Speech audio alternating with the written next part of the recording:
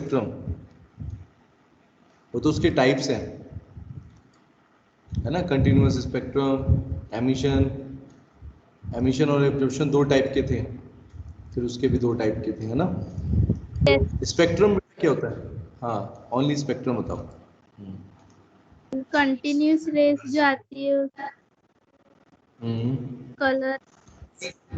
अच्छा अच्छा, नहीं स्पेक्ट्रम किसको बोलोगे? खाली स्पेक्ट्रम वर्ड का मतलब क्या हुआ? देखो खाली स्पेक्ट्रम बेटा क्या होता है?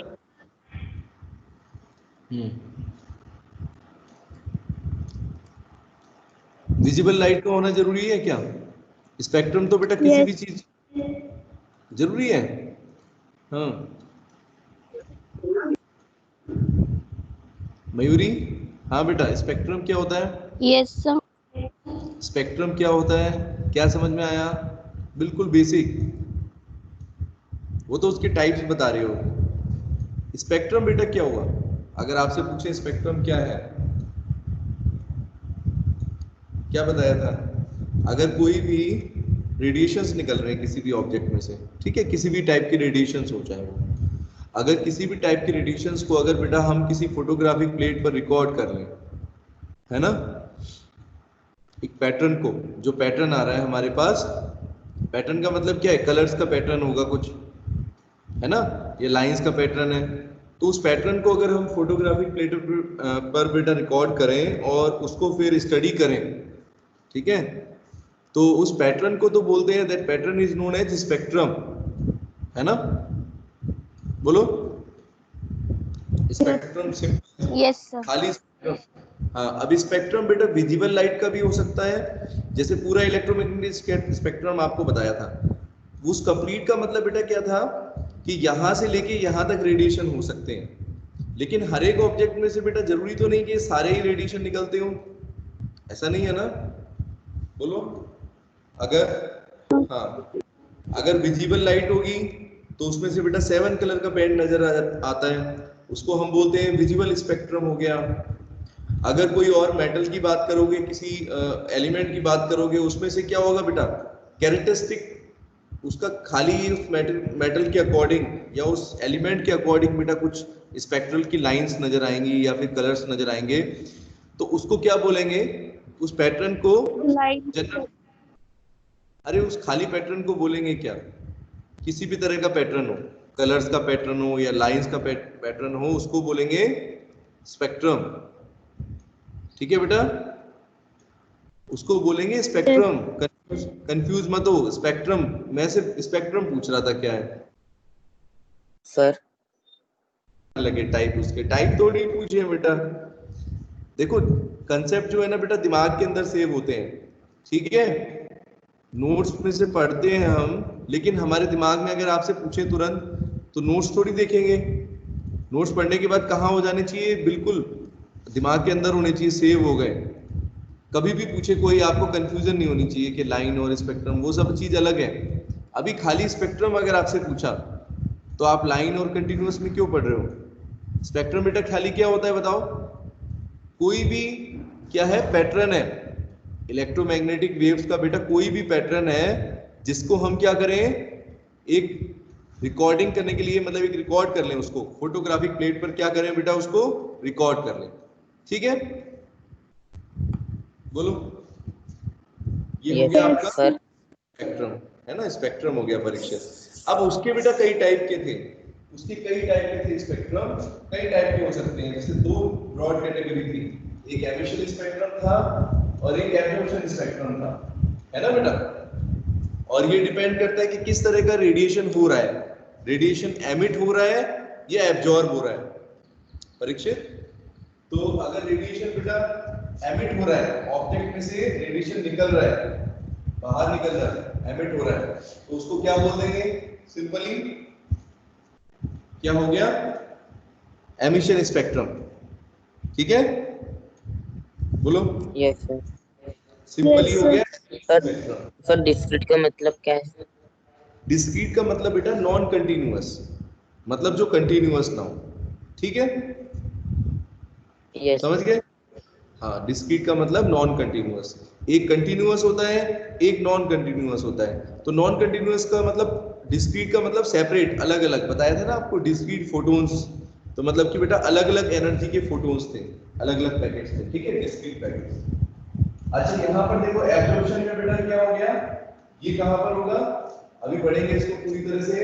एब्जॉर्प्शन स्पेक्ट्रम कब होता है, जब बेटा रेडिएशंस क्या हो, एब्जॉर्ब्ड हो, सरफेस के ऊपर क्या हो, एब्जॉर्ब हो जाए, ठीक है। श्रुति ठीक है बेटा, समझ में आ रहा है। Yes sir. एमिशन स्पेक्ट्रम के अंदर क्या होगा, रेडिएशन एमिट होते हैं ऑब्जेक्ट के अंदर, ठीक है। अब चलो डिटेल में समझते हैं। ये आपको फिर इसके एमिशन के भी बेटा दो टाइप थे।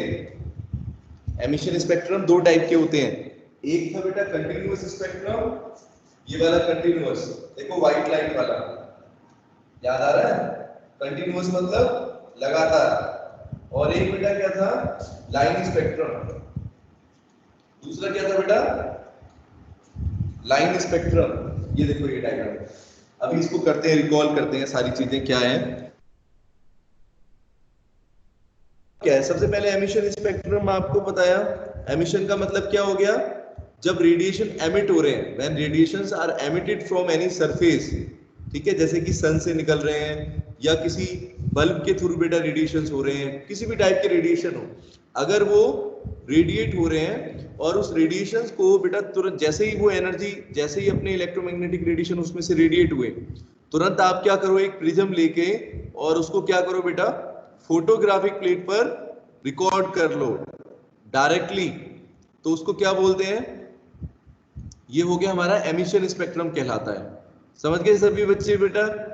मैं बार बार बोल रहा हूं, एमिशन स्पेक्ट्रम का मतलब जरूरी नहीं कि सनलाइट हो, कोई भी रेडिएशन हो सकते हैं, सन के रेडिएशन हो सकते हैं, किसी बल्ब के रेडिएशन हो सकते हैं, किसी रॉड को हीट किया उस रॉड में से भी रेडिएशन निकल सकते हैं। ये सारे रेडिएशन को अगर बेटा हम क्या करें, एक प्रिज्म के ऊपर लेकर, प्रिज्म की हेल्प से और फिर फोटोग्राफिक प्लेट लगा के अगर उसको किसी सरफेस पर ले ले, रिकॉर्ड कर ले, है ना, फोटोग्राफिक प्लेट पर, then pattern is known as, बोलो, एमिशन स्पेक्ट्रम, ठीक है बेटा।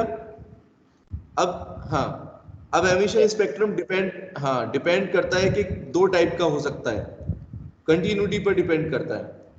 या तो एक तरह का होता है कंटिन्यूअस स्पेक्ट्रम, या फिर दूसरा होता है बेटा जिसको नाम तो दिया है लाइन स्पेक्ट्रम, लेकिन इसका मतलब बस यही है कि ये कंटिन्यूअस नहीं होता, ठीक है। अभी समझते हैं दोनों को। तो सबसे पहले परीक्षित क्या है बेटा, कंटिन्यूअस स्पेक्ट्रम के बारे में क्या पढ़ा, इसकी डेफिनेशन क्या हो जाएगी, कंटिन्यूअस स्पेक्ट्रम का मतलब क्या हुआ, बोलो। कंटिन्यूअस स्पेक्ट्रम इज, कैसा दिखेगा आपको, इस तरह।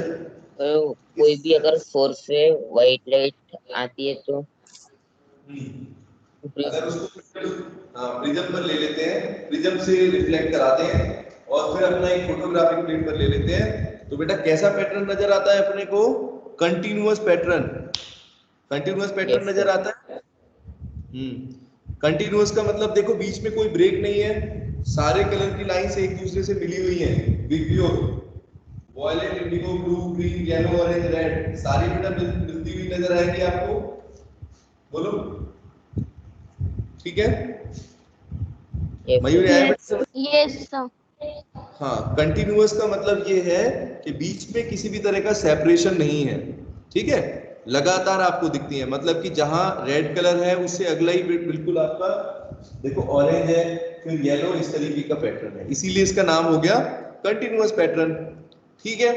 कोई ब्रेक नहीं है, लगातार आपको जो फिल्म के ऊपर देखोगे, रिकॉर्डेड फिल्म के ऊपर देखोगे बेटा, तो कैसा पैटर्न नजर आता है, अपने बुक्स में पढ़ा है ना, 7 कलर्स कंटिन्यूअस नजर आते हैं, बीच में कोई गैप नहीं है किसी के बीच में, ठीक है, सारे कलर्स एक के पीछे एक है। चलो ये कंटिन्यूअस स्पेक्ट्रम हो गया। अच्छा, आपको ये भी समझ में आ गया कि कहां पर दिखेगा ये। अच्छा, जरूरी नहीं है बेटा कि व्हाइट लाइट से, जैसे अगर व्हाइट लाइट का सोर्स बेटा जरूरी नहीं कि सन रेडिएशन हो, सोलर रेडिएशन हो। जैसे मान लो अगर कोई बल्ब है, बल्ब में से भी तो व्हाइट लाइट निकल सकती है, या टॉर्च में से भी निकल सकती है, बोलो। व्हाइट लाइट होगी, बस व्हाइट लाइट बेटा होनी चाहिए, उसका कलर क्या होना चाहिए, व्हाइट होना चाहिए। तो व्हाइट लाइट बेटा किसी भी सोर्स से निकले, चाहे वो सन से हो, या कोई और लाइट का सोर्स है? सर सबको? अटकते हैं। हाँ बोलो क्या? पॉज हो रहा था वीडियो। पॉज हो गया बेटा, एक बार रिफ्रेश कर लो, एक बार नेट ऑन कर लो इधर से, ठीक है बेटा? थोड़ा सा हो जाता है नेटवर्क में, ठीक है? हाँ मयूरी बेटा, आया समझ में? Yes sir. आ गया। दीक्षा आ गया समझ में बेटा? Continuous spectrum. एमिशन स्पेक्ट्रम के दो टाइप है बेटा, एक कंटिन्यूअस है, एक लाइन है। कंटिन्यूअस कहाँ देखोगे? जहां पर व्हाइट लाइट होगी। व्हाइट लाइट को आप क्या करो, एक प्रिज्म के थ्रू पास करते हो तो ऐसा पैटर्न नजर आता है, सबको पता है ये, है ना? Yes sir. ठीक है। बिल्कुल। बेटा डिफरेंस क्या है? दूसरा स्पेक्ट्रम अपने को बहुत इंपॉर्टेंट है, ये तो आप जानते हो, उसके बारे में 10th क्लास में भी था, है ना? ये कंटिन्यूअस स्पेक्ट्रम तो आप जानते हो, बिग व्योर वाला। लाइन स्पेक्ट्रम इंपॉर्टेंट है। लाइन स्पेक्ट्रम बेटा कैसा स्पेक्ट्रम है? ये भी एक एमिशन स्पेक्ट्रम का टाइप है।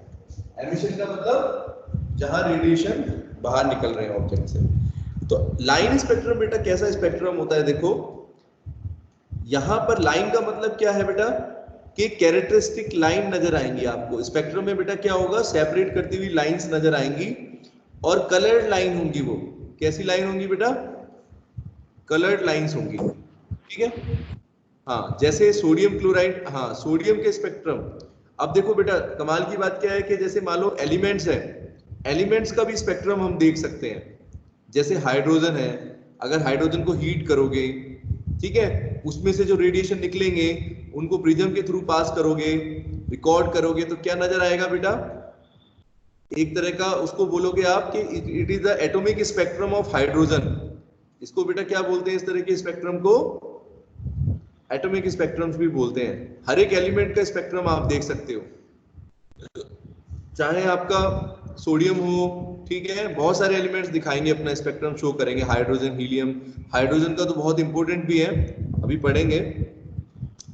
तो बेटा लाइन स्पेक्ट्रम का क्या क्या मेन पॉइंट्स हो गए लाइन स्पेक्ट्रम के? सबसे पहले लाइन स्पेक्ट्रम की मेन अगर बात करें तो बेटा इसका स्पेक्ट्रम क्या होता है, कंटिन्यूअस नहीं होता, है ना? इसीलिए दूसरे का नाम क्या है, कंटिन्यूअस है, इसका नाम लाइन स्पेक्ट्रम है। तो पहला पॉइंट क्या हो गया, सिंपल, कि यहाँ पर आपको जो स्पेक्ट्रम है वो कंटिन्यूअसली दिखाई नहीं देगा। मतलब कि जैसे 7 कलर्स हैं, तो बेटा 7 कलर्स कंटिन्यूअस नहीं नजर आएंगे आपको। कैसे नजर आएंगे? उनके बीच में सेपरेट करती हुई एक डार्क लाइन नजर आएगी, ठीक है? पूजा आया समझ में बेटा? लाइन स्पेक्ट्रम यस के सर। अंदर क्या होगा? हाँ परीक्षित, लाइन स्पेक्ट्रम के अंदर बेटा आपको कंटिन्यूअस कलर्ड लाइन नहीं नजर आएगी। कंटिन्यूअस का मतलब ऐसा नहीं है कि बिल्कुल लगातार कलर्स नजर आ रहे हैं एक के ऊपर एक, नहीं, उनके बीच में कुछ सेपरेशन होगा, और वो सेपरेशन बेटा कौन करेगा? डार्क लाइंस के साथ सेपरेशन होगा, ठीक है? दूसरी बेटा इंपॉर्टेंट बात, पहली चीज समझ में आई सबको कि डार्क लाइन से सेपरेट होंगे, इसीलिए उसका नाम लाइन स्पेक्ट्रम है। दूसरी चीज देखो, each line in the spectrum correspond to a particular wavelength. और बेटा हर एक जो वेवलेंथ, जो लाइन आपको वहां पर नजर आएगी, जैसे मान लो अगर सोडियम क्लोराइड, सोडियम के स्पेक्ट्रम की बात करें, यहाँ बेटा सोडियम का स्पेक्ट्रम हम देखेंगे लाइन स्पेक्ट्रम, तो यहाँ पर अपने को नजर आएगा, तो कैसा दिखाई देगा यहाँ पर पैटर्न? ये इस तरीके का, जैसे आपको दो येलो कलर की लाइंस नजर आएंगी और बीच में क्या दिखेगा बेटा? एक डार्क गैप है, जो गैप सा दिख रहा है ये डार्क गैप, ये लाइन है, ठीक है, डार्क लाइन ऐसे। तो इस तरह का बेटा स्पेक्ट्रम नजर आता है। तो यहाँ पर हर एक जो डार्क लाइन नजर आपको आ रही है, ये जो डार्क लाइन नजर आ रही है, इसका मतलब बेटा क्या है? इस डार्क लाइन का मतलब है कि पर्टिकुलर वेवलेंथ है ये, यहाँ पर बेटा कोई ना कोई वेवलेंथ को रिप्रेजेंट कर रही है वो, ठीक है? ईच एलिमेंट्स गिव, ये पॉइंट आया बेटा समझ में? हर एक लाइन, डार्क लाइन का मतलब ये है, जैसे ये वाली लाइन है, इस लाइन का आप देखो और इस लाइन का देखो, ये दोनों येलो कलर की लाइन है, मैंने ऐसे इंडिकेट कर रखा है, येलो कलर की बेटा लाइन है। इस वाली लाइन की वेवलेंथ कितनी दिख रही है? 5890 एंगस्ट्रॉम, देख रहे हो बेटा? थोड़ा सा डिफरेंस है दोनों के बीच में। और दूसरी वाली जो लाइन है, ये वाली येलो लाइन है, इसमें आपको क्या दिखेगा? 5896 एंगस्ट्रॉम। दो वेवलेंथ, दो अलग अलग कलर की लाइन नजर आ रही है, बीच में एक सेपरेशन नजर आ रहा है, ठीक है बेटा? दोनों की वेवलेंथ क्या है बेटा, अलग अलग है। बताया ना, कैरेक्टरिस्टिक वेवलेंथ आपको नजर आएगी। तो इस वाली लाइन की बेटा कौन सी वेवलेंथ हो गई, 5890, और इस वाली की अगर मेजर करेंगे तो 5896। इतना समझ में आया बेटा? Yes, तो sir. अच्छा, और किसी एलिमेंट का अगर हम स्पेक्ट्रम देखें तो जरूरी नहीं उसमें दो लाइन नजर आए, ये भी समझ लो आप लोग। हो सकता है बेटा किसी मेटल के स्पेक्ट्रम में सिर्फ एक ही लाइन नजर आए, या हाइड्रोजन के केस में तो बहुत सारी लाइंस नजर आती हैं। ठीक है, बहुत सारी बेटा लाइंस हो सकती हैं, एक लाइन नहीं है, जरूरी नहीं कि एक ही कलर की लाइन है, कई सारी लाइनें उसमें एग्जिस्ट कर सकती हैं। ठीक है, इसीलिए उसका नाम लाइन स्पेक्ट्रम है। हर एक लाइन बेटा क्या दिखा रही है, पॉइंट याद करो, हर एक लाइन का मतलब है एक पर्टिकुलर वेवलेंथ की लाइन। ठीक है, अगर 3 लाइनें हैं तो 3 अलग अलग वेवलेंथ हो गई। आया समझ में परीक्षित? yes sir, साक्षी आया Yes, बेटा sir. समझ में? हाँ, हर एक वेवलेंथ का Yes, मतलब, sir. सॉरी, हर एक लाइन का मतलब बेटा है इसमें एक पर्टिकुलर वेवलेंथ को रिप्रेजेंट करती है। ठीक है, चलो इसके बाद अगला देखो, जैसा मैं बार बार बोल रहा हूं, each element has its own spectrum. हर एक एलिमेंट का बेटा अपना खुद का एक लाइन स्पेक्ट्रम होता है। ठीक है, समझ गए? कैरेक्टरिस्टिक होता है। कैरेक्टरिस्टिक का मतलब ये है कि ऐसा नहीं होगा कि अगर हम हाइड्रोजन का देख रहे हैं तो किसी और एलिमेंट के साथ भी बिल्कुल मैच कर जाए, या सोडियम का ऐसा होता है पैटर्न। बेटा किसी भी एलिमेंट का आपको बिल्कुल ऐसा नहीं, लाइन कम या ज्यादा होंगी, या फिर उसमें क्या होगा बेटा, कलर चेंज होगा। समझ रहे हैं सभी बच्चे? स्पेक्ट्रम हर एक ठीक है, each element yes has sir, its own unique spectrum. ठीक है, इसीलिए उसको बोलते हैं, हम उसको लाइन स्पेक्ट्रम ऑफ एलिमेंट भी बोलते हैं, और इसको बेटा नाम याद रखो, एटॉमिक स्पेक्ट्रम इसी को बोला जाता है। अभी आगे बार बार बात होगी एटॉमिक स्पेक्ट्रम्स की। तो एटॉमिक स्पेक्ट्रम बेटा किसको बोलते हैं, किसी एलिमेंट का स्पेक्ट्रम, किसी एलिमेंट के एक एटम का स्पेक्ट्रम देखेंगे तो कैसा नजर आएगा, उसी को बोल देंगे हम एटॉमिक स्पेक्ट्रम। ठीक है, उसके बाद एग्जांपल देखो, ये किसका है बेटा, सोडियम का। सोडियम का हम कैसे करते हैं, इसके लिए हमें बेटा सोडियम क्लोराइड का लेना पड़ता है सॉल्ट। ठीक है, सोडियम क्लोराइड को हम हीट करते हैं, बंसन बर्नर में हीट करेंगे। हीट करने के बाद बेटा एक स्लिट रखी हुई है बीच में, स्लिट बताई थी आपको एक होती है। स्लिट से फिर क्या होगा बेटा, प्रिज्म के ऊपर लेके आएंगे, और उसके बाद फिर उसको क्या करेंगे, फोटोग्राफिक प्लेट पर लेंगे। तो इस तरह के रेडिएशन को क्या बोलेंगे, this is the line spectrum of, या तो बोल सकते हैं लाइन स्पेक्ट्रम ऑफ सोडियम। ठीक है, या फिर क्या बोल सकते हैं, एटॉमिक स्पेक्ट्रम ऑफ, बोलो, ये एटॉमिक स्पेक्ट्रम भी है। एटॉमिक स्पेक्ट्रम भी बेटा यही होता है, और लाइन स्पेक्ट्रम भी यही है। तो जनरली एटॉमिक स्पेक्ट्रम का मतलब हो गया किसी भी एलिमेंट के लाइन स्पेक्ट्रम को अगर आप स्टडी करो तो that is its atomic spectrum. ठीक है, बोलो। yes sir, Yes, तो sir. यही Yes, दिया हुआ है, तो यही दिया हुआ है, line spectrum are obtained as a result of absorption and emission of energy by electrons in individual atoms। हाँ, तो उसी को बोलते हैं एटॉमिक स्पेक्ट्रम। ठीक है, चलो, तो अभी आपको समझ में आया कि लाइन स्पेक्ट्रम का मतलब क्या है, जहां पर लाइंस नजर आए और बीच में कंटिन्यूअस नहीं होनी चाहिए, सेपरेट होनी चाहिए। ठीक है, अब अगला देखो बेटा, नेक्स्ट, ये सब तो हो गया अपना एमिशन स्पेक्ट्रम। अब बात करते हैं इस एब्जॉर्प्शन स्पेक्ट्रम की। एब्जॉर्प्शन स्पेक्ट्रम में क्या होगा, बता रहा हूं आपको बार बार, रेडिएशंस क्या होते हैं बेटा, एब्जॉर्ब होते हैं। यानी जो हम पैटर्न देखेंगे स्पेक्ट्रम के अंदर, वो कैसा होगा बेटा, किसी पर्टिकुलर रेडिएशन को उसने एब्जॉर्ब किया होगा। ठीक है, इसको समझते हैं। एब्जॉर्प्शन स्पेक्ट्रम बेटा कब होता है, देखो ध्यान से सुनना। अभी तक हम पढ़ रहे थे कि व्हाइट लाइट को डायरेक्टली हम क्या कर रहे थे, कंटिन्यूअस स्पेक्ट्रम में, याद करो व्हाइट लाइट को बेटा हमने क्या किया, डायरेक्टली प्रिज्म के ऊपर ले लिया, तो वो क्या बन गया, कंटिन्यूअस स्पेक्ट्रम बन गया।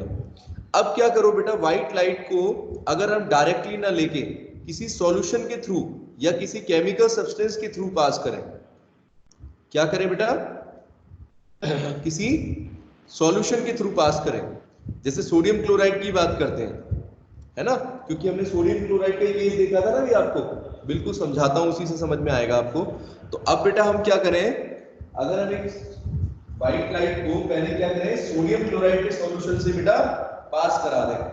दिख रहा है सबको डायग्राम, व्हाइट लाइट है बेटा, इसको क्या किया, सोडियम क्लोराइड के सॉल्यूशन से पास कराया। सोडियम क्लोराइड का सॉल्यूशन NaCl सॉल्यूशन बन गया, है ना।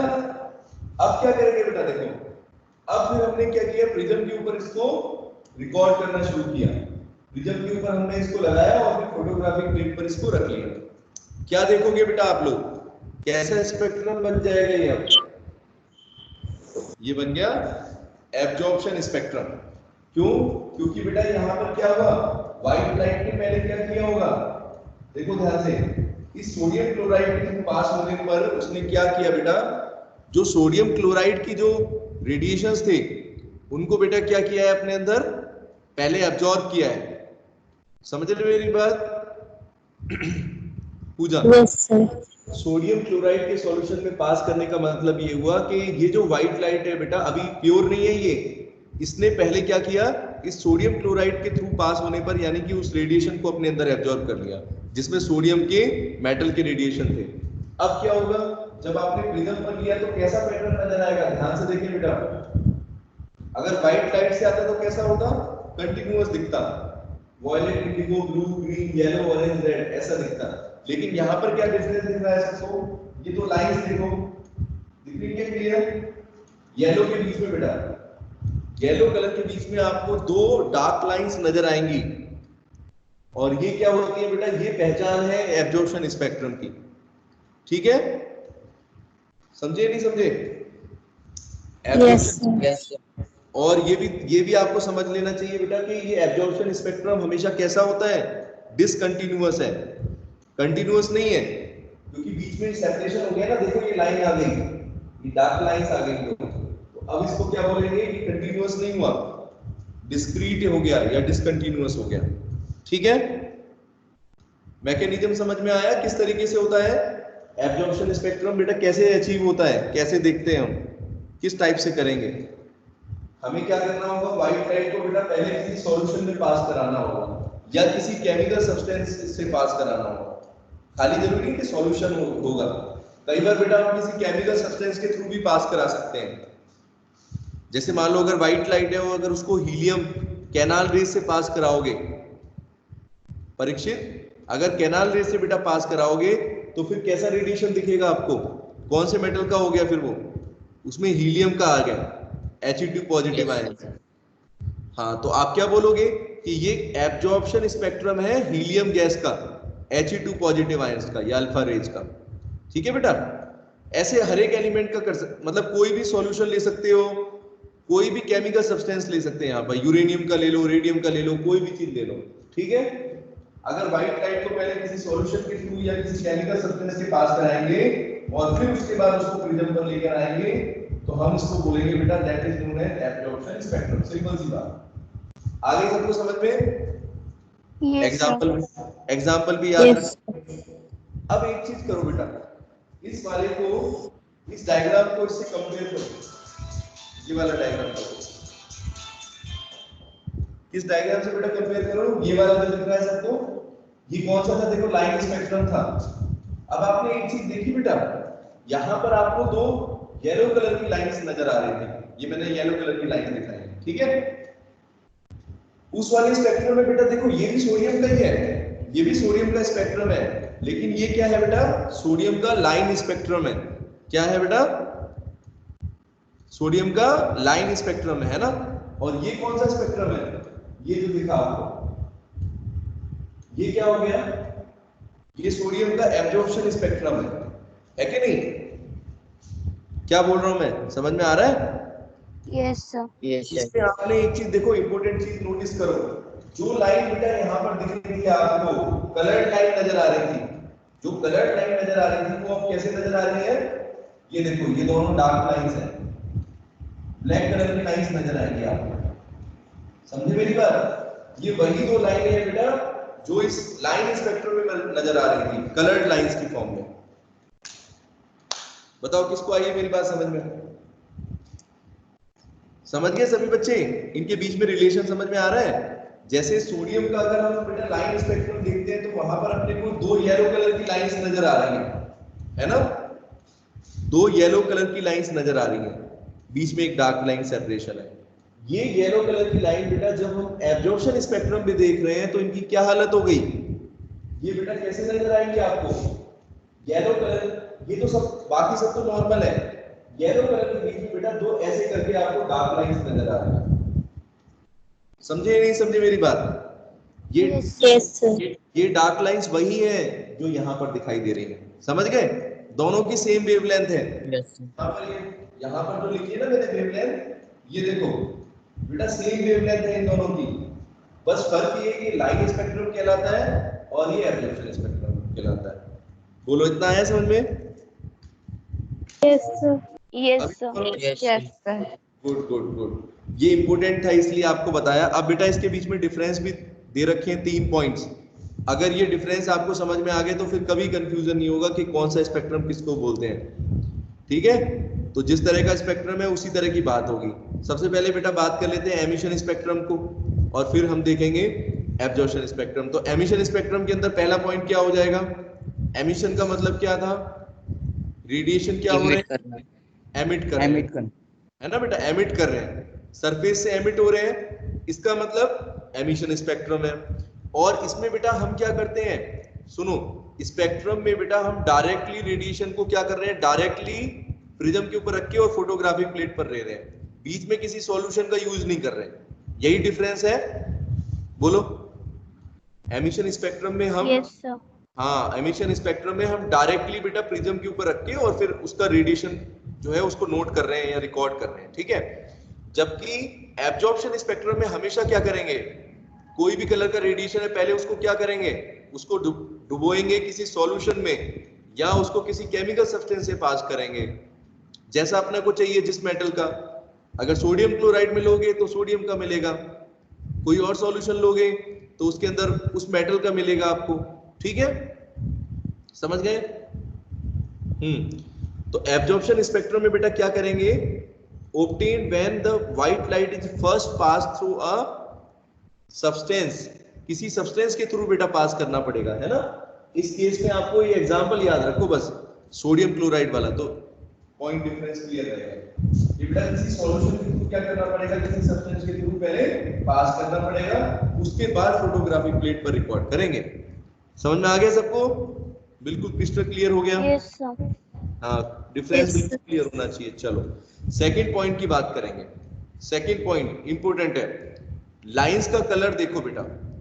अगर यहां पर देखें अपना जो लाइन स्पेक्ट्रम था या ये कंटीन्यूअस स्पेक्ट्रम था, इसमें बेटे को अपने को कैसे नजर आते थे? कलर्स की लाइन नजर आती थी, ब्राइट कलर लाइंस, है ना? कंटीन्यूअस में तो सारे कलर की नजर आती थी, और यहां पर बेटा क्या होता था? किसी पर्टिकुलर कलर की लाइन नजर आएगी आपको, है ना? लेकिन हमेशा लाइन बेटा क्या होगी? कलर्ड लाइन होगी, मतलब ब्राइट कलर्ड लाइन बोल सकते हैं। समझ गए मेरी बात? रेड कलर की हो सकती है, ग्रीन की हो सकती है, कोई ना कोई कलर की लाइन आपको नजर आएगी उसमें, जिस तरह का रेडिएशन है उसके अकॉर्डिंग। ठीक है, बोलो है ना? तो यहां बोलेंगे it consist of bright coloured lines separated by dark spaces. ठीक है, बीच में बेटा अगर कोई स्पेस होगी भी तो कैसी स्पेस होगी? Dark space. ये देखो इस तरह की डार्क स्पेस होगी, ये डार्क स्पेस है बीच में, ब्लैक है। ठीक है, इधर की तरफ देखो एब्जॉर्प्शन में कैसा दिखता है। यहां पर बेटा क्या होता है? यहां पर पहली बात तो ये है, it consist of dark lines in otherwise continuous spectrum. अगर ये कंटीन्यूअस स्पेक्ट्रम होता, अभी ये लाइन है डार्क में से, तो ये कंटीन्यूअस होता नहीं होता? बोलो, है ना? कंटीन्यूअस के अंदर बेटा कैसा नजर आएगा? ये आपको डार्क लाइंस इसके अंदर दिखाई देंगी, है ना? इट कंसिस्ट ऑफ, बोलो, it consist of dark lines in the otherwise continuous spectrum. Otherwise continuous का मतलब क्या है? अगर ये लाइनें ना हो तो फिर स्पेक्ट्रम क्या हो जाएगा? कंटीन्यूअस होगा, कंटीन्यूअस, है ना? बस दो लाइनों की वजह से आपको ऐसा लग रहा है, तो क्या लिखोगे? It consist of dark lines in the otherwise continuous spectrum. ये इसका मतलब है, डायग्राम से भी समझाया आपको, इसके डिफरेंस भी क्लियर कर दिया। ठीक है, और थर्ड पॉइंट बहुत सिंपल है कि एमिशन स्पेक्ट्रम बेटा दोनों टाइप का हो सकता है। एमिशन स्पेक्ट्रम बेटा दोनों टाइप का हो सकता है, मतलब कंटिन्यूअस भी हो सकता है और ये वाला कौन सा होता है बीच में ब्रेक आ गया था, नॉन कंटिन्यूअस भी हो सकता है। एमिशन स्पेक्ट्रम बेटा क्या हो सकता है, दोनों टाइप का हो सकता है, कंटिन्यूअस भी हो सकता है और दूसरा लाइन स्पेक्ट्रम का मतलब कौन सा टाइप का है, बीच में लाइन आ गई ना तो नॉन कंटिन्यूअस भी हो सकता है। तो मतलब कि एमिशन स्पेक्ट्रम दो टाइप का हो सकता है, दोनों टाइप का, कंटिन्यूअस भी हो सकता है और नॉन कंटिन्यूअस भी हो सकता है। लेकिन एब्जॉर्प्शन स्पेक्ट्रम हमेशा बेटा कैसा होगा, एक तरह का होगा सिर्फ, और वो क्या है, क्या बोलोगे इसको, क्या है ये, कंटिन्यूअस डिसकंटिन्यूअस, बोलो। Non continuous. हाँ, नॉन कंटिन्यूअस या डिस्क्रीट, ये सब वर्ड एक ही जैसे हैं, नॉन कंटिन्यूअस, डिस्क्रीट, है ना या फिर हाँ इट इज ऑलवेज डिस्क्रीट बोल सकते हैं, इट इज नॉन कंटिन्यूअस बोल सकते हैं, एक ही टाइप का होगा।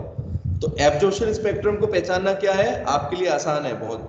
कैसे कि आपको जो भी स्पेक्ट्रम दिख रहा हो उसमें आपको कुछ ना कुछ लाइंस नजर आ जाएंगी, ठीक है, समझ गए बेटा। और ये डार्क लाइन का अपना कुछ ना कुछ वेवलेंथ होगा इनका, जैसे बाद में बता रहा हूँ, ये वही है जिनकी वेवलेंथ ये है 5890 5896 आर्मस्ट्रॉन्ग। बोलो आ गया सबको समझ में? Yes sir. Yes. Yes sir. चलो बोर्स एटॉमिक मॉडल पर पहुंचते हैं। अब बेटा अभी इतनी सब मेहनत करी, इतना सब कुछ पढ़ लिया आपने, दो थ्योरी भी पढ़ी बीच में, प्लैंक्स क्वांटम थ्योरी और उससे पहले मैक्सवेल की थ्योरी, है ना, इलेक्ट्रोमैग्नेटिक रेडिएशन की। अब बेटा बोर्स एटॉमिक मॉडल आपने पहले भी पढ़ा है, तो कुछ पॉइंट बेटा वहीं से उठाएंगे, ठीक है। पेज नंबर 10 के ऊपर दे रखा है, नोट्स खोल के बैठे हैं सभी बच्चे, नोट्स है ना सबके पास? हाँ, उसमें बेटा Yes, देखो फर्स्ट पॉइंट क्या लिखा है, an atom consist of small heavy positively charge nucleus. एक एटम में क्या क्या चीजें होती हैं अब तक जो पढ़ा है उसके बेसिस पर, बीच में क्या होता है बेटा, पॉजिटिवली चार्ज न्यूक्लियस होता है, काफी हैवी होता है, ये भी बताया था, है ना, हैवी होता है। और इलेक्ट्रॉन बेटा क्या करते हैं, ये तो सेंटर में हो गया, इलेक्ट्रॉन क्या कर रहे हैं बेटा, इसके चारों तरफ रिवॉल्व कर रहे हैं, हाँ सर्कुलर ऑर्बिट्स में मूव कर रहे हैं, ठीक है। अच्छा ये तो चलो उसने भी बताया था, रदरफोर्ड ने भी बताया था। फिर आगे क्या चीज थी, बोर ने कुछ नई चीज बताई थी, थॉमसन के बेटा सॉरी रदरफोर्ड मॉडल में लास्ट पॉइंट कहां पर था, लिमिटेशन, याद करो, स्टेबिलिटी ऑफ द एटम, कि एटम स्टेबल कैसे होता है ना। तो उन्होंने बेटा क्या था, एनर्जी के बारे में नहीं बताया। देखो जब तक स्टेबिलिटी का मतलब है एनर्जी से रिलेशन, ऐसा मानते हैं बेटा जिसके पास जितनी ज्यादा एनर्जी होगी ना वो उतना ही ज्यादा क्या होगा, अनस्टेबल होगा, ठीक है पूजा। एक बेटा जनरल है, साइंस में एक जनरल चीज है, केमिस्ट्री में फिजिक्स में, कि अगर कोई स्टेबल है तो उसके पास बेटा क्या होनी चाहिए, कम एनर्जी होनी चाहिए। जैसे इसका एक देखो रियल लाइफ एक छोटा सा एग्जांपल देखो, अगर हमारे पास एनर्जी होगी, हम बहुत अभी तो क्या करेंगे, मूव करने की कैपेसिटी हमारी अच्छी होगी, इधर से उधर घूमेंगे, है ना। और जब एनर्जी खत्म हो जाएगी तो क्या होगा, बैठ जाएंगे ना, पोटेंशियल एनर्जी आ जाएगी। मतलब कि कहने का मतलब क्या, स्टेबिलिटी आ गई, हाँ। तो बेटा स्टेबिलिटी एनर्जी से रिलेशन होता है उसका। अब देखो थॉमसन रदरफोर्ड ने बेटा एनर्जी ऑफ द इलेक्ट्रॉन के बारे में कुछ नहीं बताया, है ना, एनर्जी के बारे में कुछ नहीं बताया। लेकिन याद करो आपने 9th क्लास में जो भी पढ़ा है उसमें कहीं पर दिया था बोर मॉडल के बारे में, उसमें 2-3 पॉइंट्स याद करे थे। उसमें से एक पॉइंट क्या था कि इलेक्ट्रॉन बेटा क्या करते हैं, उसी ऑर्बिट में घूमते हैं, ऑर्बिट तो बहुत सारे हैं सर्कुलर ऑर्बिट्स, लेकिन इलेक्ट्रॉन बेटा उसी ऑर्बिट में घूमते हैं जिनकी एनर्जी क्या होती है, which have a definite value of energy, है ना। यानी ऐसे भी बोल सकते हैं, सुनो ऐसे भी बोल सकते हैं बेटा हर एक ऑर्बिट की एनर्जी क्या होगी, एक तरीके से फिक्स्ड होगी, यस और नो, हर एक ऑर्बिट की एनर्जी फिक्स हो गई।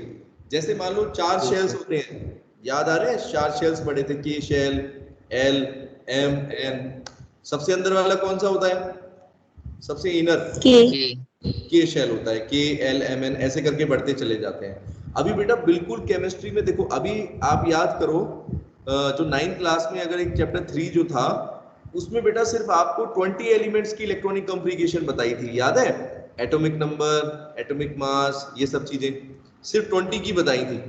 पता है क्यों? हाँ, क्योंकि वो 9th क्लास में था।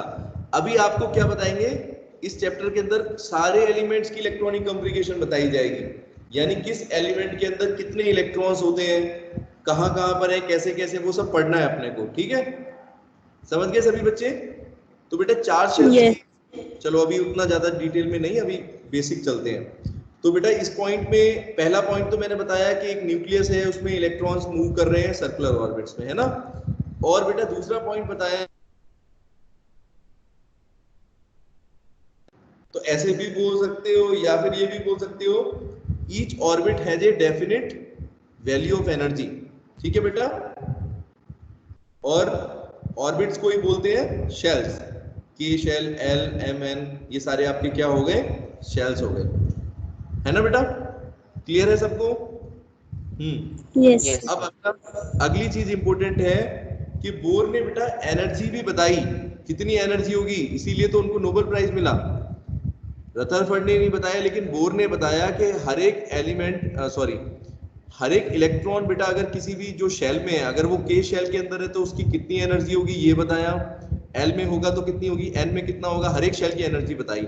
उसके लिए बेटा उन्होंने एक फॉर्मूला बताया, ये लिखा है आपके पास, ये देखो नोट्स में भी, और ये मैंने बोर्ड पर लिखा है, बोर्स एनर्जी फॉर्मूला। ये देखो क्या है बेटा, फॉर्मूले को ध्यान से देखिए, En is equal to -2 pi square, दिख रहा है सबको, Me4 upon n square h square. ये बेटा वो फॉर्मूला है जिससे हम ये बता सकते हैं कि किसी भी शेल की एनर्जी कितनी होगी। ठीक है, how much energy is there of each shell. तो बेटा पहले शेल के लिए अभी मैं इसको पहले एक्सप्लेन कर देता हूं एक बार। एन का मतलब बेटा क्या हो गया बताया आपको, नंबर ऑफ शेल्स।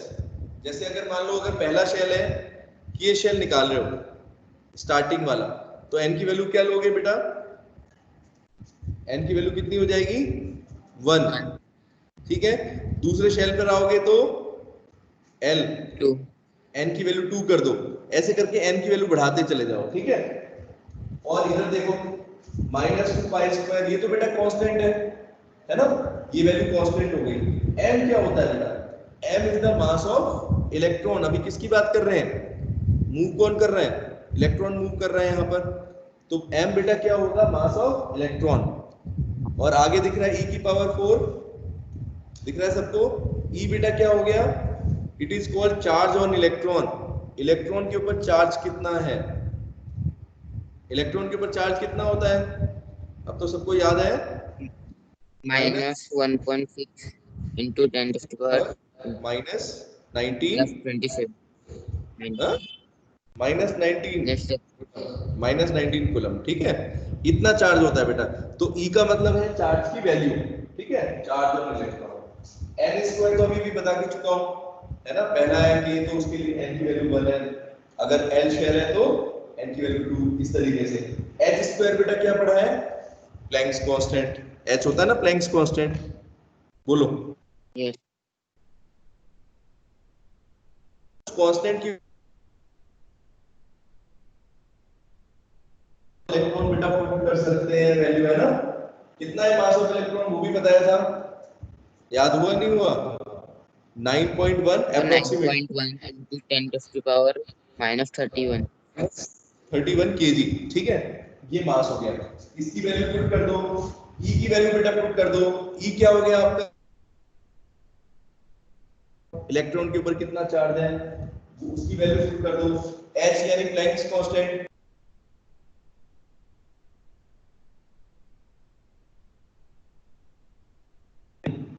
(6.626 into 10 की पावर बेटा -34 जूल सेकंड, है ना, उसकी वैल्यू पुट कर दो। अगर ये सबकी वैल्यू पुट करोगे तो बेटा देखो हमारा फॉर्मूला क्या बन जाएगा, ध्यान से देखो बेटा, n is equal to -21.8 10 की पावर -19 अपॉन में n स्क्वायर, दिख रहा है सबको, बोलो। बस इसमें Yes, sir. n, हाँ n की वैल्यू छोड़ दी है बस, क्यों, n तो बेटा नंबर ऑफ शेल है ना, तो अगर मान लो अगर आपको k शेल की निकालनी है तो कैसे निकालोगे, 1 का स्क्वायर पुट कर दोगे बस, समझ गए। L का निकालेंगे तो क्या करेंगे, 2 का स्क्वायर कर देंगे। इस तरीके से हम क्या कर सकते हैं, हर एक शेल की एनर्जी को बेटा कैलकुलेट कर सकते हैं। ठीक है मयूरी, Yes, आगे sir. समझ में? ये Yes. फॉर्मूला बेटा बहुत इंपॉर्टेंट है, वेरी वेरी इंपॉर्टेंट। ठीक है, ये फॉर्मूला बहुत इंपॉर्टेंट है, इसका हम यूज करेंगे। लेकिन अभी एक दो चीजें आपको बतानी है। बोर्ड पर बेटा फॉर्मूला दिख रहा है, नोट्स में भी दिया हुआ है। इस पहले वाले फॉर्मूले में आप देखो, जो एनर्जी बेटा हम निकाल रहे हैं उसकी यूनिट क्या है? इसकी यूनिट है बेटा जूल पर एटम। क्या है बेटा? इसकी यूनिट आपको याद रखनी है, जूल पर एटम है इस फॉर्मूले में, अगर जो एनर्जी निकाल रहे हैं। अगर बेटा हम चाहते हैं इस एनर्जी को चेंज करना, अब यूनिट चेंज कर सकते हैं। आपको पता है एनर्जी की बहुत सारी यूनिट्स होती हैं। आज मैं एक यूनिट और बताता हूं आपको। फिर बहुत सारे बच्चे कहते हैं सर एक क्वेश्चन भी आता है इलेक्ट्रॉन वोल्ट के ऊपर आता है एक क्वेश्चन। क्या आता है बेटा? इलेक्ट्रॉन वोल्ट क्या होता है? तो इलेक्ट्रॉन वोल्ट कुछ अलग से नहीं है, ये बेटा एक बहुत छोटी यूनिट है। ये एनर्जी की क्या है? बहुत छोटी यूनिट है। और इसको हम कैसे निकालते हैं? हम इसको निकालते हैं चार्ज ऑफ इलेक्ट्रॉन। इलेक्ट्रॉन के ऊपर चार्ज कितना होता है अभी बताया आपने, है ना? -1.6 10⁻⁻⁹। तो यही वैल्यू बेटा क्या हो जाती है अगर हम जूल में लिखें? अगर हम जूल में लिखेंगे तो क्या हो जाएगी? 1 इलेक्ट्रो वोल्ट के बराबर हो जाएगी। देखो 1 electro volt, electron volt equal to कितना होता है बेटा? 1.6। नेगेटिव साइन का कोई मतलब नहीं है, हम तो एनर्जी की बात कर रहे हैं बेटा। कितनी एनर्जी हो जाएगी? 1.6 × 10⁻⁻⁹ जूल। सुनने से मुझे बेटा ये इलेक्ट्रॉन वोल्ट की वैल्यू होती है यूनिट। ठीक है, 1 इलेक्ट्रॉन वोल्ट बेटा कितना होता है जूल में? इलेक्ट्रॉन वोल्ट एक छोटी यूनिट है। जैसे अगर इलेक्ट्रॉन की एनर्जी निकालेंगे तो बेटा उसके लिए हमने एक और छोटी यूनिट मान ली है। ठीक है, इसको बोलते हैं इलेक्ट्रॉन वोल्ट। ठीक है परीक्षित, क्या है बेटा ये? बोलो, रिप्लाई करो। इलेक्ट्रॉन वोल्ट भी एक यूनिट हो गई एनर्जी की। जैसे अगर मान लो इलेक्ट्रॉन के लिए एनर्जी निकाल रहे हो, है ना, और जूल तो बड़ी यूनिट है, तो अगर हम बेटा अगर हम इलेक्ट्रॉन वोल्ट का सहारा लें तो किस तरीके से करेंगे? इलेक्ट्रॉन वोल्ट की वैल्यू ये लिख रखी है मैंने, 1.6 × 10⁻⁻⁹ जूल। नोट्स में भी लिखा हुआ है, दिख रहा है बेटा सबको? तो अगर हम इसको इलेक्ट्रॉन वोल्ट में कन्वर्ट करें तो अपना बेटा फॉर्मूला क्या चेंज हो जाएगा? देखना, ये हो जाएगा -13.6/n²। ये फॉर्मूला थोड़ा चेंज हो गया। और ये बेटा यूनिट कौन सी हो गई अब? इलेक्ट्रॉन वोल्ट पर एटम। अब बेटा यूनिट किस में निकलेगी? एनर्जी किस में निकलेगी आपकी? इलेक्ट्रॉन वोल्ट में निकलेगी। ठीक है, कुछ आया समझ में बेटा? सबसे इंपॉर्टेंट फॉर्मूला तो ऊपर वाला है, ये Yes. ये सबसे इंपॉर्टेंट है। लेकिन कई बार बेटा क्वेश्चन में इलेक्ट्रॉन वोल्ट के टर्म्स में निकालने के लिए बोलता है, तो अपने को ये फॉर्मूला भी पता होना चाहिए, इसलिए लिखा है। ठीक है, कहां से आया? बस आपने इलेक्ट्रॉन वोल्ट में कन्वर्ट कर दिया, मतलब कि इस चार्ज के साथ मल्टीप्लाई करके सॉल्व करके हमने निकाला है, कुछ नई बड़ी चीज नहीं है। नीचे एक और फॉर्मूला भी लिखा हुआ है तीन है ये। पहला है बेटा जूल पर एटम में, मतलब जूल में है। दूसरा है इलेक्ट्रॉन वोल्ट पर एटम के टर्म्स में। और तीसरा बेटा जो लिखा है वो है किलो जूल पर मोल। किलो जूल पर मोल का मतलब समझो, अब आप एनर्जी को जूल में की जगह किलो जूल में निकाल रहे हो और पर मोल निकाल रहे हो बेटा। अभी तक हम बात क्या कर रहे थे? एक इलेक्ट्रॉन की बात कर रहे थे, है ना परीक्षित? एक इलेक्ट्रॉन की एनर्जी निकाल रहे थे बेटा। लेकिन अगर हम कहें कि एक मोल के अंदर कितना एनर्जी है, अगर पूरी मोल के अंदर निकालनी है, समझे, 1 मोल के अंदर निकालनी है, तो फिर बेटा कौन सी यूनिट यूज करेंगे? ये देखो लास्ट वाली, -1312/n²। ये कैसे आई ये भी बता दो। इसमें कुछ बड़ा काम नहीं किया हमने। जो एवोगैड्रो नंबर आपने पढ़ा है ना बेटा, एक मोल के अंदर कितने नंबर ऑफ पार्टिकल्स होते हैं? सिंपल सी चीज, एक मोल के अंदर इतने नंबर ऑफ पार्टिकल्स होते हैं, है ना? तो एटम भी इतने ही हो जाएंगे, है ना? तो बस हमने ये क्या किया, बस उसकी वैल्यू पुट कर दी और बेटा मल्टीप्लाई कर दिया इस वैल्यू को एवोगैड्रो नंबर के साथ और सॉल्व कर दिया, तो ये वैल्यू अपनी आएगी -312/n² किलो जूल पर मोल। अब देखो बेटा इसके नीचे नोट्स में सब बच्चे नोट्स लेके बैठना। सामने बेटा देखो क्या लिखा हुआ है मैंने, हाइड्रोजन एटम के लिए। हाइड्रोजन एटम के लिए अगर मैं देखूं, अरे बेटा एक चीज मैं बताना भूल गया कि ये जो हमने फॉर्मूला जो निकाला है, बोर ने दिया था, ये फॉर्मूला बेटा किसके लिए है? हाइड्रोजन एटम के लिए है, या फिर हाइड्रोजन जैसे एटम्स के लिए, मतलब कि जहां पर सिर्फ एक इलेक्ट्रॉन हो। ठीक है साक्षी, कहां पर है बेटा ये फॉर्मूला एप्लीकेबल? जहां पर एक इलेक्ट्रॉन हो। अभी सोच रहे हैं कि हाँ ठीक है, एक इलेक्ट्रॉन किस किस के अंदर होता है? चलो थोड़ा सा दिमाग और थोड़ा सा आपका थोड़ा यूज कर देते हैं। हाइड्रोजन के अंदर एक इलेक्ट्रॉन होता है, याद करना। हीलियम के अंदर बेटा कितने होते हैं? एटॉमिक नंबर में से, हाँ एटॉमिक नंबर, या तो एटॉमिक नंबर में से फिर क्या करेंगे, हाँ हीलियम का हो गया 2, तो इसमें कितने नंबर ऑफ इलेक्ट्रॉन्स हो गए? 2 बोलो, number of electrons in helium atomic number पे डिपेंड करता है ना। हाँ इस तरीके से। तो बेटा ये जो फॉर्मूला है बोर ने जो दिया था, सुनो, ये बेटा हाइड्रोजन के लिए था या फिर हाइड्रोजन जैसी स्पीसीज के लिए, मतलब कि जहां पर इलेक्ट्रॉन्स जो है वो बहुत कम हो, 1 2 मैक्सिमम 2 या 3 तक बस। उसके आगे फिर ये फॉर्मूला नहीं लगेगा, अभी बताऊंगा क्यों। ठीक है, आगे पढ़ेंगे धीरे धीरे। तो ये फॉर्मूला बेटा बोर ने किसके लिए दिया है? सभी बच्चे याद कर लें, एनर्जी ऑफ हाइड्रोजन और hydrogen like atoms. Hydrogen like का मतलब क्या हो गया? उसी साइज के, जैसे हाइड्रोजन का साइज है, छोटा सा साइज है, सबसे छोटा है ना। हाँ, तो हाइड्रोजन से बड़ा कौन सा है? हीलियम जैसे। हाँ हीलियम, लिथियम, बस दो तीन एलिमेंट्स के लिए दिया था ये फॉर्मूला। ठीक है, अब बेटा नीचे एक बार नोट्स में देखो, मैंने हर एक शेल की एनर्जी आपको हमने कैलकुलेट करी है। देखो E के = n = 1 पुट करा, देखो दिख रहा है सबको? तो एनर्जी आई है बेटा पहले शेल के लिए -312/1 का स्क्वायर। यहाँ पर n की वैल्यू बेटा क्या कर दो? 1 पुट कर दो इस फॉर्मूले में, सबसे लास्ट वाला फॉर्मूला। तो एनर्जी कितनी आ गई आपकी? -1312 किलोजूल पर मोल। दिख रहा है सबको? बोलो। Yes sir. इसी तरीके से सेकंड शेल की भी निकाल सकते हैं, इसी तरीके से थर्ड की निकाल सकते हैं। दिख रहा है सबको? 5 तक निकाले हैं, है ना बेटा? अगर 5 शेल तक अगर इलेक्ट्रॉन होते हैं तो इस तरीके से होते हैं, इतनी एनर्जी होती है। अब इसमें आप एक चीज और देखो, अगर हम बेटा एनर्जी गैप निकालें सॉरी एनर्जी डिफरेंस या एनर्जी गैप निकालें। डिफरेंस का मतलब क्या हो गया? पहले और दूसरे पहले और दूसरे जो लेवल्स है बेटा, शेल्स हैं, उनकी एनर्जी का डिफरेंस निकालो। तो देखो नोट्स के अंदर क्या दिया हुआ है, सेकंड में से फर्स्ट को बेटा माइनस करेंगे, सब्ट्रैक्ट करेंगे, तो क्या आंसर आ रहा है? क्या वैल्यू आ रही है परीक्षित? 984 किलोजूल पर मोल। दिखा सबको? ये सेकंड में से ये वैल्यू क्या है बेटा? E2 - E1, यानी दूसरे शेल में से अगर पहले एनर्जी को सब्ट्रैक्ट करें तो ये वैल्यू आई। ठीक है, बोलो। यस है ना? इसी तरीके से बेटा अगर तीसरे में से दूसरे को एनर्जी को सब्ट्रैक्ट करें तो ये एनर्जी गैप क्या हो गया? ये भी एनर्जी गैप की वैल्यू लिखी हुई है 182.2 किलोजूल पर मोल। दिख रहा है सबको? अब आपको बताऊंगा इंटरेस्टिंग चीज क्या है इसमें। देखो इसी तरीके से बेटा 4 और 5 में से भी सब्ट्रैक्ट करके दिया हुआ है 29.5 किलोजूल पर मोल, अगले पेज पर, नेक्स्ट पर, है ना?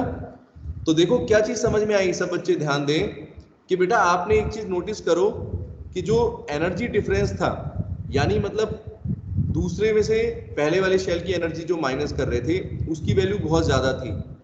जैसे जैसे बेटा हम बाहर की तरफ आ रहे हैं, यानी नंबर ऑफ शेल बढ़ रहे हैं, कि LMN, जैसे जैसे बाहर की तरफ आ रहे हो, क्या दिख रहा है सबको बेटा? एनर्जी गैप क्या हो रहा है? कम होता चला जा रहा है, डिक्रीज कर रहा है ना? सबको आई मेरी बात समझ में? मैंने क्या कहा? Energy gap between successive energy levels goes on decreasing. Energy level जो है बेटा उनके बीच में अगर गैप देखें, एनर्जी गैप, तो ये कम होता जा रहा है as we move to outward, जैसे हम बेटा सेंटर से बाहर की तरफ आ रहे हैं। ठीक है श्रुति, समझ में आया? Yes sir. इससे एक चीज आपको क्या समझ में आई? देखो इससे नीचे एक लाइन लिखी हुई है, energy levels are not equally spaced. Energy level equal space पर नहीं होते हैं। जैसे मैं समझाता हूं, जैसे न्यूक्लियस है बेटा, तो न्यूक्लियस के पास में क्या है? एनर्जी का डिफरेंस क्या है? बहुत ज्यादा है ना? लेकिन कभी किसी ने डायग्राम पर ध्यान दिया है? देखो जो हम शेल्स बनाते हैं, जैसे ये न्यूक्लियस है, उसके बाद बेटा देखो ये मान लो K शेल, फिर ये आया आपका L शेल, फिर M आया और फिर आया N। ध्यान से देखो बेटा, अभी डायग्राम में सही से बना नहीं पा रहा हूं, अगर आप लोग समझ पाओ मेरी बात। देखो इनके बीच की स्पेस दिख रही है सबको, स्पेस पर ध्यान दो। एनर्जी गैप का मतलब क्या है कि जैसे अगर K और L है, ये वाले शेल्स हैं, ये वाला और ये वाला, इनके बीच में बेटा एनर्जी गैप क्या है, बहुत ज्यादा है, 942 है ना, काफी बड़ी वैल्यू है। ठीक है पूजा।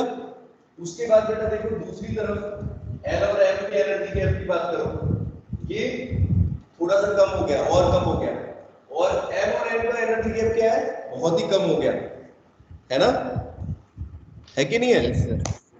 तो ऐसा नहीं है आप सोचो कि सर कॉन्सेंट्रिक सर्कल्स बना दिए, ऐसे इलेक्ट्रॉन्स नहीं होते बेटा, इनकी डिस्टेंस समझ रहे हो, एनर्जी गैप बेटा डिक्रीज होता जाएगा बाहर की तरफ, ठीक है।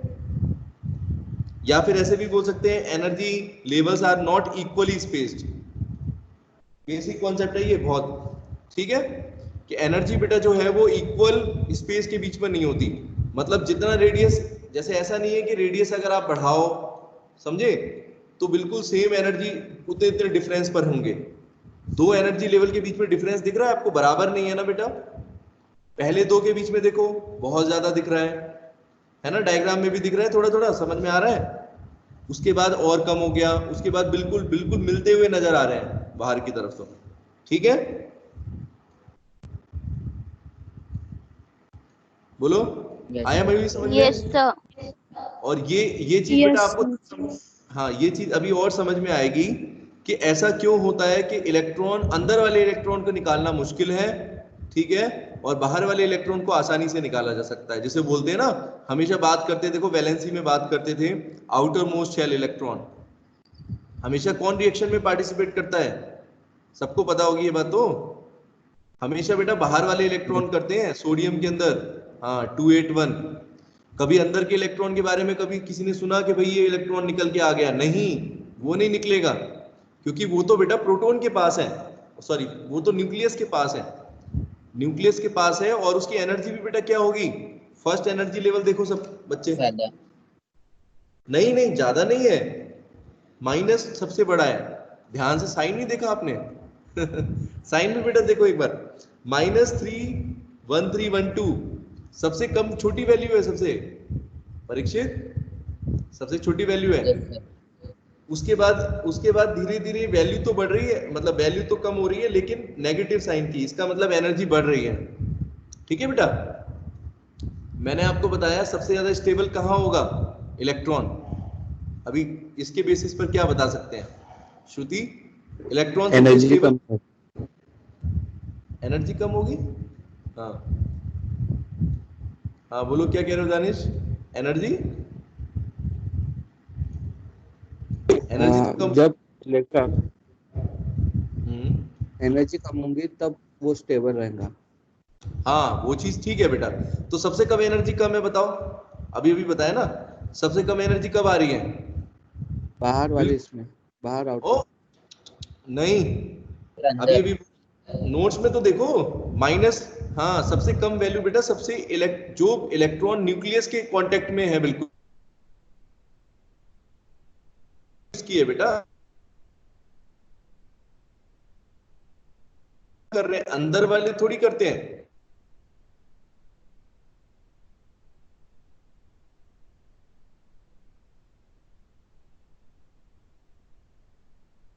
सर आप ऑफ होगा।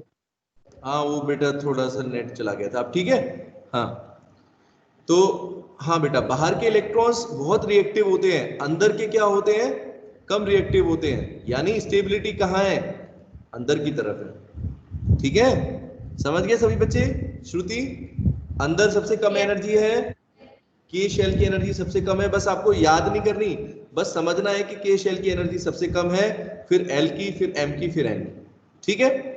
और फॉर्मूला ये वाला इंपॉर्टेंट है, न्यूमेरिकल्स में यूज होगा, कई क्वेश्चंस बेटा आए हैं इसके ऊपर। अब आप ये मत सोचना चैप्टर सर बहुत थ्योरी है बेटा, कई बार एआईपीएमटी में और कई बार डायरेक्टली क्वेश्चन आता है इस फॉर्मूले के ऊपर, देखो इस फॉर्मूले के ऊपर आपसे पूछेगा व्हाट इज द एनर्जी, ठीक है, what is the energy for L shell M shell कुछ भी बोल के फॉर हाइड्रोजन एटम या हीलियम एटम। तो उसमें वो फॉर्मूला आपको खुद सोचना पड़ेगा कि कौन सा फॉर्मूला लगाना है अपने को, ये वाला फॉर्मूला बेटा यूज करना है उसमें, ठीक है।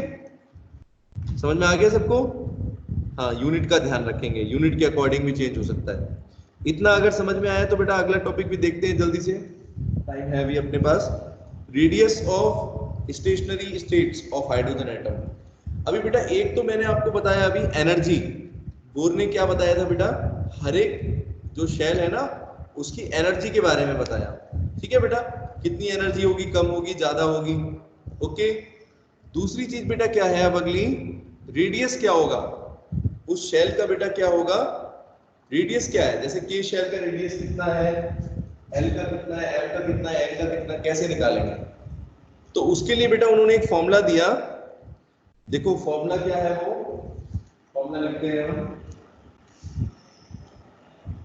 यहां पर लिख देता हूं बेटा, हमारे पास फॉर्मूला है R naught is equal to R N, लिखेंगे ऐसे, R N is equal to, R N का मतलब बेटा क्या हो गया, रेडियस ऑफ nth ऑर्बिट, ये बेटा होता है हमारा ए नॉट एन स्क्वायर, क्या होगा बेटा, ए नॉट एन स्क्वायर।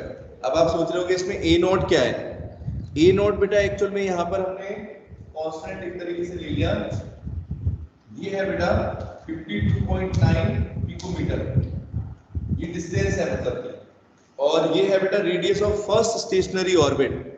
जैसे मान लो अगर पहले ऑर्बिट का हमारा जो रेडियस है वो कितना आता है बेटा, फर्स्ट के लिए के की वैल्यू हमें पता चल गई 52.9 पिकोमीटर। सुन रहे बेटा, फर्स्ट रेडियस, हाँ फर्स्ट शेल का रेडियस कितना है 52.9 पिकोमीटर, ए नॉट जिसको बोल रहे हैं। तो बेटा फॉर्मूला कैसे लें, R N is equal to A naught N square. अगर मान लो आपको पहले शेल के लिए निकालना है तो फिर तो 1 का स्क्वायर करोगे तो यही वैल्यू आ जाएगी, ठीक है मयूरी। अगर हम R1 निकालें, अगर हम R1 फर्स्ट का निकालें तो यही आ जाएगा ना वैल्यू, 1 का स्क्वायर करके 52.9 किलोमीटर। और इसी तरीके से आगे भी निकाल सकते हैं, R2 की वैल्यू निकाल देंगे कैसे, 52.9 2 का स्क्वायर कर देंगे, है ना बेटा। इस तरीके से आप क्या निकाल सकते हो, हर एक शेल की रेडियस को निकाल सकते हो, रेडियाई निकाल सकते हो, ठीक है। रेडियाई का मतलब रेडियस ही होता है, प्लूरल फॉर्म होती है, ठीक है। तब से लाया कुछ समझ में, हाँ साक्षी बोलो, आ गया बेटा, yes, आ गया समझ में, हाँ ये सब कुछ इंपॉर्टेंट है, ऐसे मत सोचो, फॉर्मूले जब बेटा यूज होते हैं न्यूमेरिकल्स में तो इनकी यूज होगा, ठीक है। चलो तो रेडियस निकालने के लिए हम ये वाला फॉर्मूला यूज करते हैं बेटा, लेकिन ये जो फॉर्मूला मैंने आपको लिखा है बेटा यहाँ पर नोट्स में भी दे रखा है, ये खाली किसके लिए है बेटा, ओनली फॉर हाइड्रोजन। किसके लिए पूजा, ओनली फॉर हाइड्रोजन। अगर मान लो हाइड्रोजन नहीं है, उसकी जगह हीलियम दे दिया या कोई और छोटा मोटा एटम दे दिया तो फिर उसका कैसे निकालेंगे, उसके लिए एक और फॉर्मूला है, इसी के जैसा मिलता जुलता है, ये देखो नॉट एल स्क्वायर अपॉन में जेड स्क्वायर, ये फॉर्मूला है। यहाँ पर हम लिख सकते हैं हाइड्रोजन लाइक एटम के लिए, ये हाइड्रोजन लाइक एटम्स के लिए है और ये हाइड्रोजन एटम के लिए, ठीक है। बोलो बेटा कुछ समझ में आया। अब ये जेड क्या है, किसी के दिमाग में आई बेटा ये जेड की वैल्यू क्या होती है, याद करो थोड़ा सा, दिमाग पर जोर डालो। तपशील जेड क्या होता है बेटा, एटॉमिक मास, एटॉमिक मास नहीं होता, एटॉमिक नंबर होता है बेटा, जेड का मतलब एटॉमिक नंबर होता है, ठीक है। जेड होता है सिंबल बेटा, यूज करते हैं एटॉमिक नंबर के लिए, है ना, नंबर ऑफ इलेक्ट्रॉन्स या number of protons in a neutral atom is known as Z, atomic number. तो बेटा जेड का मतलब हो गया एटॉमिक नंबर, तो जेड का स्क्वायर मतलब कि अब जैसे मान लो अगर हीलियम के लिए निकालना है आपको, तब से अगर हीलियम के लिए बेटा निकालना है तो क्या करेंगे, जेड की वैल्यू कितनी पुट कर देंगे, जेड इक्वल टू 2 कितना है हीलियम का, 2 2 का स्क्वायर कर दोगे, ठीक है। और एन तो पता ही आपको शेल, कौन से शेल के लिए निकालना है। इस तरीके से न्यूमेरिकल आएगा, फाइंड द एनर्जी या या रेडियस की बात कर रहे हैं ना, फाइंड द रेडियस ऑफ के शेल और सेकंड शेल, ठीक है, ऑफ हीलियम एटम। तो उसमें आपको n की वैल्यू 2 कर दोगे, के शेल बोल रहा है तो, सॉरी l बोल रहा है, दूसरा शेल बोल रहा है तो, और z की वैल्यू बेटा फिर 2 हो जाएगी। इसी तरीके से लिथियम के लिए निकालना हो तो 3 पुट कर दोगे, इस तरीके से करना है आपको, ठीक है। समझ गए सभी बच्चे? बोलो। Yes sir. सिंपल फॉर्मूला है बिल्कुल बेटा उसी से, इसमें और इसमें कोई ज्यादा डिफरेंस नहीं है, बस नीचे z स्क्वायर आ गया है ना, क्योंकि सर। हाइड्रोजन। सर हाँ बोलो, हाँ सर बोलो बेटा। नोट्स में z स्क्वायर नहीं है। अच्छा जेड है, सॉरी जेड है बेटा, कोई नहीं, जेड स्क्वायर नहीं करना, जेड रेडियस में जेड रहता है, एनर्जी में जेड स्क्वायर आता है, ठीक है। अभी आगे देखेंगे। सर। हाँ उसमें, हाँ बोलो। सर आप क्वेश्चंस करा देना, वो थोड़ा कंफ्यूज हो रहा है। किस चीज का बताओ? सर ये फॉर्मूले के रिलेटेड कोई क्वेश्चन? अच्छा अच्छा क्वेश्चंस, हाँ बेटा सुनो, क्वेश्चंस मैंने इसके अंदर नोट्स के अंदर दिए हैं, रुको मैंने अलग से बेटा नोट्स बना रखे हैं, ठीक है। इसके बाद के मेरे पास नोट्स हैं, हाँ उसमें मैंने बेटा जो एग्जाम में क्वेश्चन आए हैं ना प्रीवियस ईयर पेपर क्वेश्चंस में से निकाल के, और कुछ जो आप समझ पाओ। अभी देखो न्यूमेरिकल्स किस किस के ऊपर है, एक तो फोटो इलेक्ट्रिक इक्वेशन के ऊपर बताया था आपको, है ना, एनर्जी ऑफ फोटोन और फोटो इलेक्ट्रिक इक्वेशन, एक तो उसके ऊपर है, एक ये वाला फॉर्मूले के ऊपर। तो ये न्यूमेरिकल्स मैं आपको दे दूंगा, ठीक है, 1-2 दिन में करता हूँ, जब तक ये नोट्स भी अपने पूरे हो रहे हैं, ठीक है। ओके बेटा, ये दे दूंगा मैं आपको, मैंने इकट्ठे कर रखे हैं, बस आपको इसलिए नहीं दिए कि अभी आप बोलोगे इतना सर पहले से ही है काम, तो मैंने इसलिए आपको टाइम दे रखा है कि नोट्स अपने पूरे करो पहले, ठीक है। तो अगर रेडियस निकालते हैं बेटा तो इस फॉर्मूले से निकालते हैं। एक और फॉर्मूला दे रखा है नीचे देखो नोट्स में, velocity of electrons in different orbits. बेटा वेलोसिटी का भी एक फॉर्मूला है हमारे पास, ठीक है, रुको पहले इसको खींच लेते हैं। तो वेलोसिटी का बेटा फॉर्मूला क्या दे रखा है, देखो क्या फॉर्मूला है, बोलो। वेलोसिटी का फॉर्मूला ये दिया है, vn इजिकल टू बेटा v naught z upon n। v naught z upon n। हाँ इसमें क्या क्या चीजें हैं बताओ? v नॉट का मतलब क्या हुआ बेटा? नॉट का मतलब क्या बता रहे थे? पिछले वाले में भी तो ये नॉट था, बिल्कुल वही चीज है। क्या हो जाएगा ये नॉट? ये नॉट की तरह वैसे ही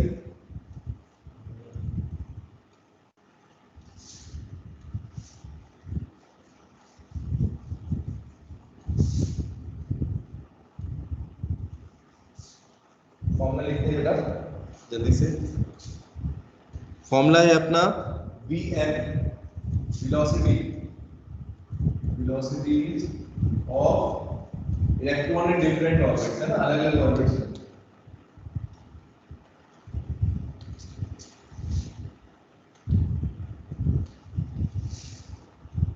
तो ये क्या है बेटा, इसकी value Vn equal to V naught Z upon n।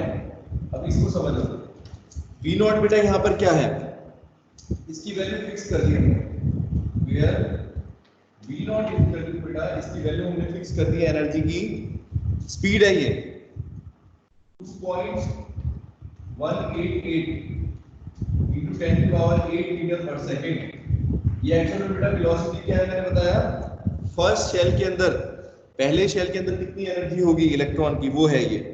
एक हाइड्रोजन एटम के फर्स्ट ऑर्बिट के अंदर कितनी वेलोसिटी है बेटा इलेक्ट्रॉन की। V नॉट का मतलब क्या है, energy of electron in first shell of hydrogen.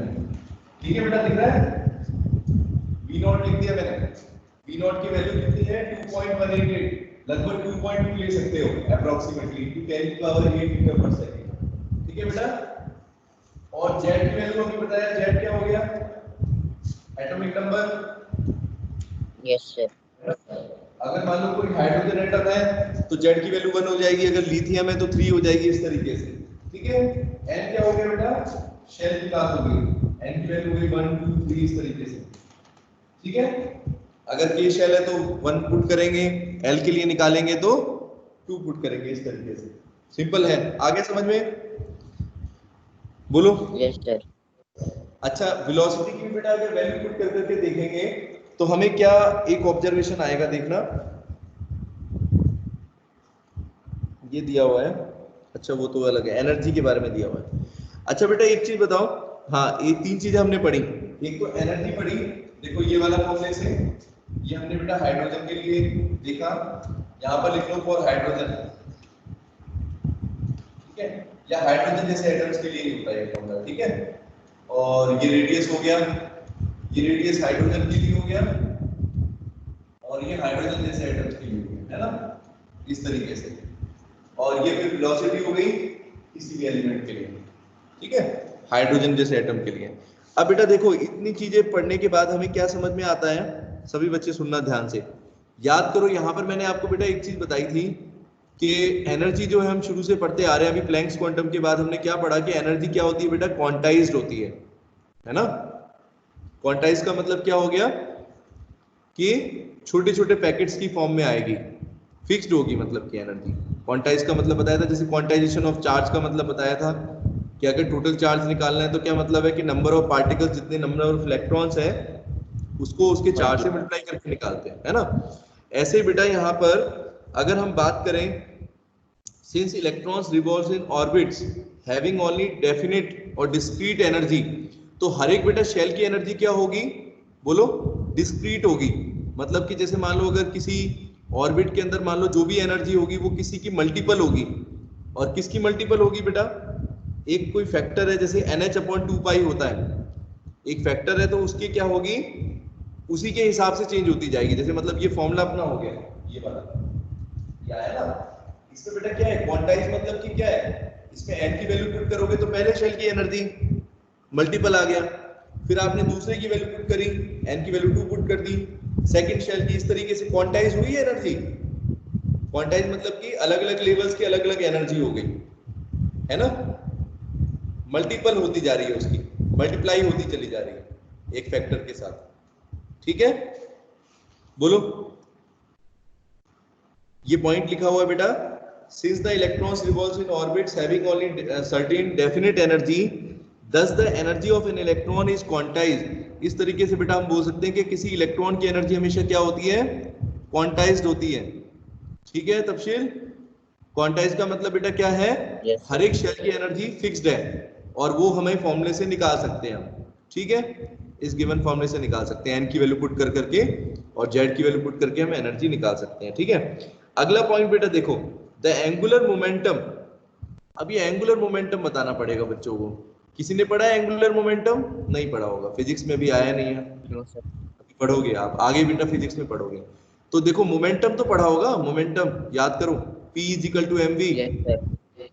Yes अब sir. ये मोमेंटम के बाद दो टाइप का मोमेंटम होता है बेटा, मैं फिजिक्स में बता देता हूँ जितना आपको जरूरत पड़ेगा। एक लीनियर मोमेंटम होता है, जैसे मान लो ये चौक है, ये चौक अगर बेटा स्ट्रेट लाइन में मूव करती है, सुनना, स्ट्रेट लाइन में ऐसे ऐसे मूव करती है, तो मैं बोलूंगा इसको जैसे लीनियर मोशन होता था ना, वैसे ये मोमेंटम क्या हो जाएगा बेटा, लीनियर मोमेंटम।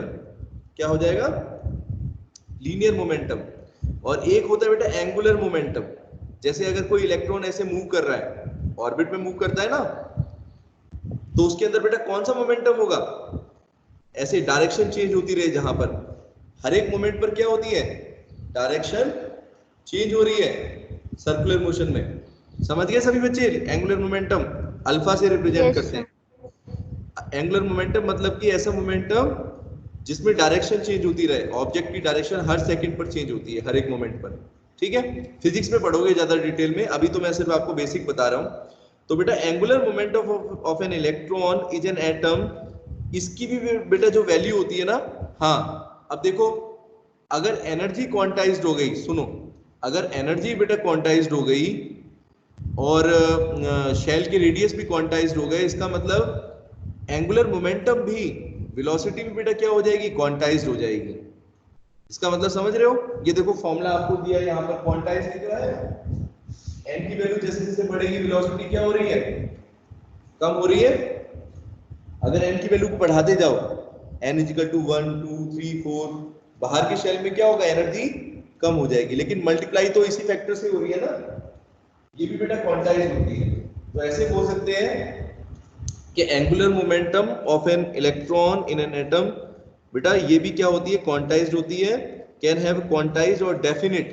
क्वांटाइज्ड का दूसरा नाम याद रखो डेफिनिट, ठीक है, डेफिनिट या डिस्क्रीट, अलग अलग वैल्यू होगी, यूनिक वैल्यू होगी, ठीक है। और इसको बेटा कैसे देंगे, कैसे निकालेंगे एंगुलर मोमेंटम, फॉर्मूला क्या होता है इसका बेटा, एक इलेक्ट्रॉन के लिए क्या होता है, mvr equal to nh upon 2 pi. ये देखो ये बोर ने बहुत इंपॉर्टेंट चीज दी थी, ये देखेंगे, ये रिलेशन है बेटा। यहां पर आपको बताता हूं सारी चीजें क्या है।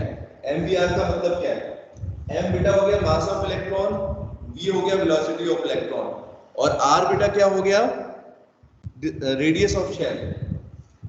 r बेटा यहां पर क्या हो गया, रेडियस ऑफ शेल, शेल का रेडियस कितना है, ठीक है। m क्या हो गया, मास ऑफ इलेक्ट्रॉन, इलेक्ट्रॉन के लिए निकाल रहे हैं ना। v क्या हो गया बेटा, वेलोसिटी ऑफ इलेक्ट्रॉन, ठीक है बेटा। आ रहा है समझ में कि नहीं। लीनियर मोमेंटम क्वांटाइज्ड होगा बेटा, क्वांटाइज्ड का मतलब क्या हो गया, मल्टीपल होगा। देखो nh अपॉन,